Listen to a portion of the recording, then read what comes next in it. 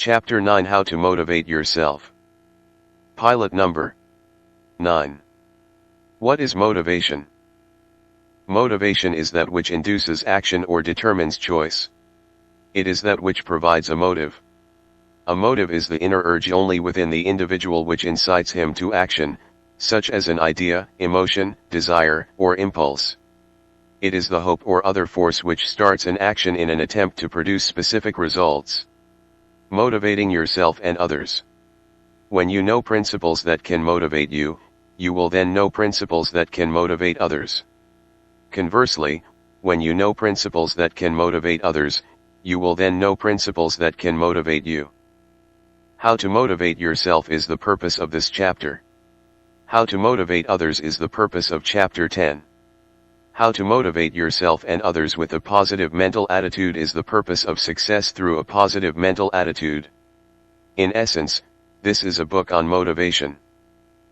Our purpose in illustrating specific experiences of the success and failures of others is to motivate you to desirable action. Now, therefore, to motivate yourself, try to understand principles that motivate others to motivate others. Try to understand principles that motivate you.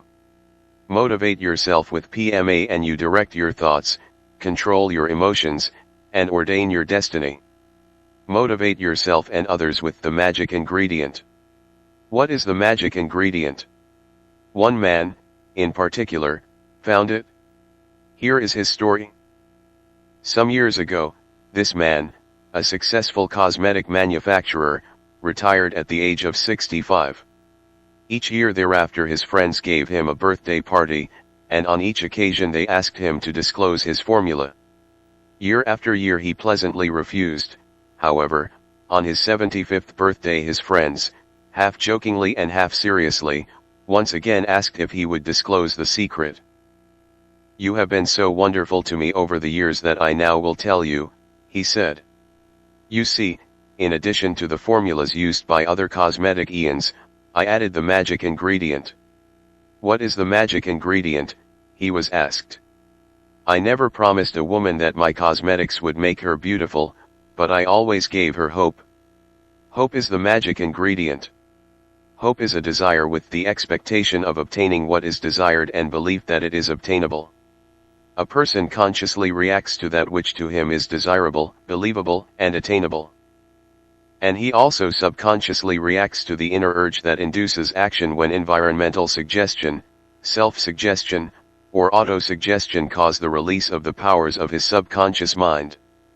His response to suggestion may develop obedience that is direct, neutral, or in reverse action to a specific symbol. In other words, there may be various types and degrees of motivating factors.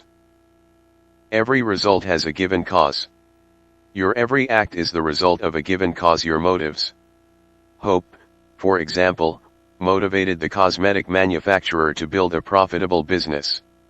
Hope also motivated women to buy his cosmetics. Hope will motivate you, too.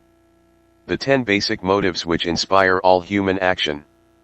Every thought you think, every act in which you voluntarily engage, can be traced back to some definite motive or combination of motives. There are 10 basic motives which inspire all thoughts, all voluntary actions. No one ever does anything without having been motivated to do it. When it comes to learning how to motivate yourself for any given purpose, or how to motivate others, you should have a clear understanding of these 10 basic motives. Here they are. 1. The desire for self-preservation. 2. The emotion of love. 3. The emotion of fear. 4. The emotion of sex. 5. The desire for life after death. 6. The desire for freedom of body and mind. 7. The emotion of anger. 8. The emotion of hate. 9. The desire for recognition and self-expression. 10. The desire for material gain. As you have been reading this chapter, perhaps you felt that it contains food for thought. A good sandwich contains 9/10 bread and 1/10 meat. Unlike a sandwich, this chapter is 9/10 meat. That is the way the authors planned it. We hope you will chew and digest it carefully. Are negative emotions good? As you read success through a positive mental attitude, you clearly see that negative emotions, feelings, and thoughts are harmful to the individual. But are there times when these are good? Yes, negative emotions, feelings, thoughts and attitudes are good at the proper time and under the right circumstances. For that which is good for the species of man is good for the individual. It is clear that in the process of evolution, negative thoughts, feelings, emotions, and attitudes protected the individual. In fact, these negatives prevented the species of man from becoming extinct. And these negatives in a person, like the negative forces of a bar magnet, effectively repelled the forces of the negative powers of others. This has been. And because it is a universal law, it will continue to be. Now culture, refinement, and civilization, like man himself, have also evolved from a primitive state. And the more cultured, refined, and civilized a society or environment may be, the less need there is for the individual to use these negatives. But in a negative, antagonistic environment, a person with common sense will use these negative forces with PMA to oppose the evil with which he is faced. And because you live in a country with laws designed to bring the greatest good to the greatest number, because the rights of the individual are protected, because you are in a society and environment of culture, refinement, and the highest form of civilization, those negative thoughts, feelings, emotions, and passions which lie dormant within you from your hereditary past are not now necessary to solve the problems which primitive man could not otherwise have solved. For he was a law unto himself. And the law of the individual has become subservient to the law of society for his benefit.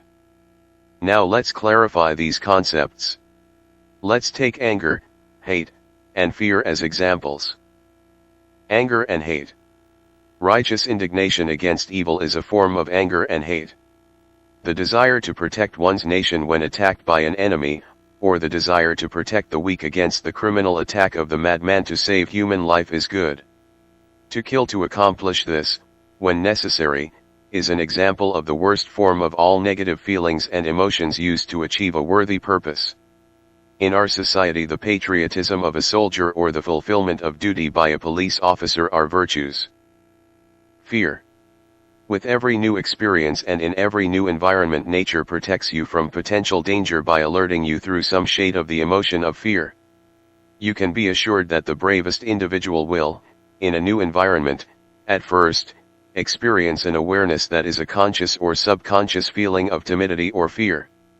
If he finds that the fears are not beneficial to him, the person with PMA will neutralize an undesirable negative emotion by substituting a positive one. What can you do about it? Man is the only member of the animal kingdom who, through the functioning of his conscious mind, can voluntarily control his emotions from within, rather than be forced to do so by external influences. And he alone can deliberately change habits of emotional response. The more civilized, cultured, and refined you are, the more easily you can control your emotions and feelings if you choose to do so. Emotions are controlled through the combination of reason and action. When fears are unwarranted, or harmful, they can and should be neutralized. How? While your emotions are not always immediately subject to reason, nonetheless they are subject to action. For you can use reason to determine the needlessness of the negative emotion and thus motivate yourself to action. You can substitute fear with a positive feeling. How do you do this? One effective means is through self-suggestion, in fact self-command, with a one-word symbol that incorporates what you want to be. Thus, if you are afraid and want to be courageous, say the word courageous with rapidity several times. Follow this with action. If you want to be courageous, act courageously. How? Use the self-starter "do it now." And then get into action. In this and the next chapter you will see how to control your emotions and actions by using self-suggestion. In the meantime, keep your mind on the things you do want and off the things you don't want. A success formula that always succeeds when applied. Are you among the hundreds of thousands of persons throughout the world who have read the autobiography of Benjamin Franklin, or among the tens of thousands who have read Frank Bettger's book How I Raised Myself from Failure to Success in Selling. If not, we recommend that you read both. These books contain a formula that always succeeds when applied. In his autobiography, Franklin indicates that he endeavored to help Benjamin Franklin just as the most important living person wants to help you. He wrote, "Language modernized. My intention being to acquire the habit of all these virtues, I judged it would be well not to distract my attention by attempting the whole at once, but to fix it on one of them at a time, and when I should be master of that, then to proceed to another, and soon, until I should have gone through the 13, and, as the previous acquisition of some might facilitate the acquisition of certain others, I arranged them with that view." The names of these virtues as Franklin listed them, together with the precepts, self-motivators for self-suggestion, he gave each one, are 1. Temperance, eat not to dullness, drink not to elevation. 2. Silence, speak not but what may benefit others or yourself, avoid trifling conversation. 3. Order, let all your things have their places, let each part of your business have its time. 4. Resolution, resolve to perform what you ought, perform without fail what you resolve. 5. Frugality, make no expense but to do good to others or yourself, that is, waste nothing. 6. Industry, lose no time, be always employed in something useful, cut off all unnecessary actions. 7. Sincerity, use no hurtful deceit, think innocently and justly, and, if you speak, speak accordingly. 8. Justice, wrong none by doing injuries, or omitting the benefits that are your duty. 9. Moderation, avoid extremes, forbear resenting injuries so much as you think they deserve. 10. Cleanliness, tolerate no uncleanliness in body, clothes, or habitation. 11. Tranquility, be not disturbed at trifles, or at accidents, common or unavoidable. 12. Chastity, rarely use venery but for health or offspring, never to dullness, weakness, or the injury of your own or another's peace or reputation. 13. Humility, imitate Jesus and Socrates. Franklin wrote further, conceiving then that, agreeably to the advice of Pythagoras in his golden verses, daily examination would be necessary, I contrived the following method for conducting that examination. I made a little book, in which I allotted a page for each of the virtues. I ruled each page with red ink, so as to have 7 columns, one for each day of the week, marking each column with a letter for the day. I crossed these columns with 13 red lines, marking the beginning of each line with the first letter of one of the virtues, on which line, and in its proper column, I might mark, by a little black spot, every fault I found upon examination to have been committed respecting that virtue upon that day. Now it is as important to know how to use a formula as it is to know the formula. Here's how to use your knowledge, a formula in action. 1. Concentrate on one principle for an entire week, every day of the week. Respond by proper action every time an occasion arises. 2. And then, start the second week on the second principle or virtue. Let the first be taken over by your subconscious mind. Should an occasion arise when the employment of a previous principle flashes into your conscious mind, use the self-starter do it now. And then act. Continue to concentrate on one principle at a time each week and leave the others to be executed by the habits established in your subconscious as the occasion arises. 3. When the series is completed, start over again. Thus at the end of a year, you will have completed the entire cycle 4 times. 4. When you have acquired a desired characteristic, substitute a new principle for a new virtue, attitude, or activity that you may wish to develop. Now you have just read the method Benjamin Franklin used to help Benjamin Franklin. As Success Through a Positive Mental Attitude is a self-help book, it would be wise for you to study Franklin's method and see how you can apply the principles. In the chapter entitled How to Motivate Others, you will see how Frank Bettger raised himself from failure to success by employing Benjamin Franklin's plan. If you decide to start your own plan, and don't know exactly what principles to start with, you could begin with the 13 virtues used by Benjamin Franklin. Or you may prefer the 17 success principles. Now for some bread for your sandwich. Let's tell about the first Fuller Brush man. Alfred C. Fuller, the first of the Fuller Brush men, came from a poor farm family living in Nova Scotia. Al couldn't seem to hold a job. In fact, during the first 2 years of trying to earn a living, he lost 3 jobs. But then a radical change came into Fuller's life. For he tried selling brushes. Right then Fuller was motivated. He began to realize that his first 3 jobs were not the kind of work suited to him. He didn't like them. The work didn't come to him naturally. But selling did. And he saw immediately that he would do well as a salesman. He liked his work. So Al conditioned his mind to do the best-selling job in the world. He was terrific. And having succeeded as a salesman, he set a goal in his climb up the ladder of success. It was, to go in business for himself. Now this goal fitted nicely with his personality, provided he was in sales. Alfred C. Fuller did quit selling brushes for someone else. And he had more fun than ever before. He manufactured his own brushes in the evening, then sold them the next day. And when his sales began to mount, he rented space in an old shed for $11 a month and hired an assistant who made the brushes for him while he concentrated on sales. The end result from the boy who lost his first 3 jobs. In 1959 the Fuller Brush Company had more than 7,000 door-to-door salesmen and an annual income of over $100 million. You see, you are more apt to succeed if you do what comes naturally. But there are greater motivating factors than losing a job, making money, or success in business. The desire for self-preservation is the strongest on the list. 7 came through. Captain Edward V. Rickenbacker is one of the most successful and highly esteemed men in the United States. He is successful as president of Eastern Airlines. He is esteemed for what he is.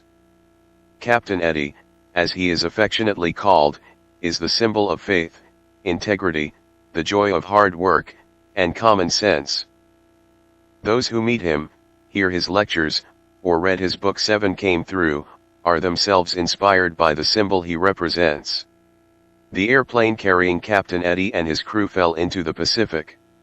No trace of the wreckage or the men could be found the first week.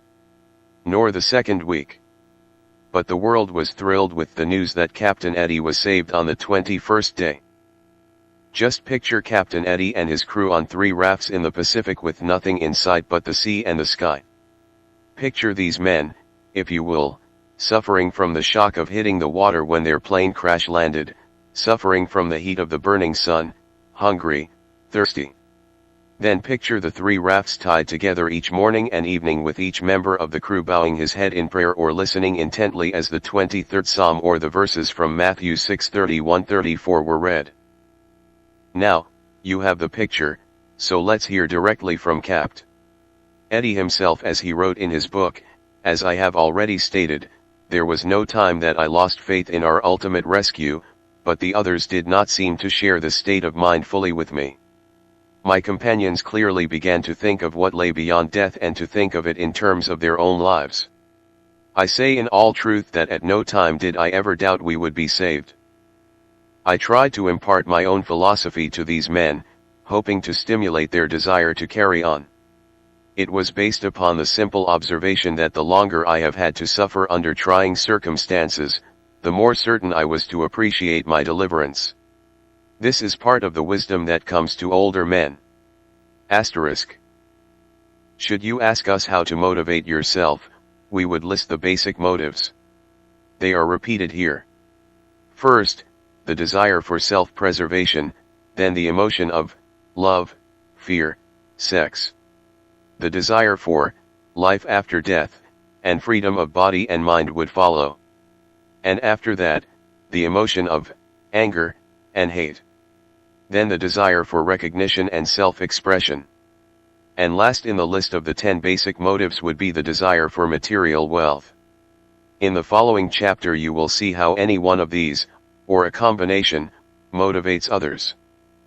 Pilot number 9. Thoughts to steer by. How to motivate yourself. 1. Motivation is that which induces action or determines choice. It is the hope or other force which starts an action in an attempt to produce specific results. 2. Motivate yourself with PMA and you will direct your thoughts, control your emotions and ordain your destiny. 3. Hope is the magic ingredient. 4. Negative emotions, feelings, thoughts, and attitudes are good at the proper time and under the right circumstances. 5. The 10 basic motives are self-preservation, love, fear, sex, desire for life after death, freedom of body and mind, anger, hate. From 7 Came Through, by Captain E. Rickenbacker. Used by permission of Doubleday & Co., Inc. Desire for recognition and self-expression, and the desire for material wealth. 6. Motivate yourself as Benjamin Franklin motivated himself. 7. Have you developed a strong faith like Captain Eddie Rickenbacker's? 8. Are you prepared so that you can and will apply your faith at the time of your greatest need? Hope is the magic ingredient in motivating yourself and others.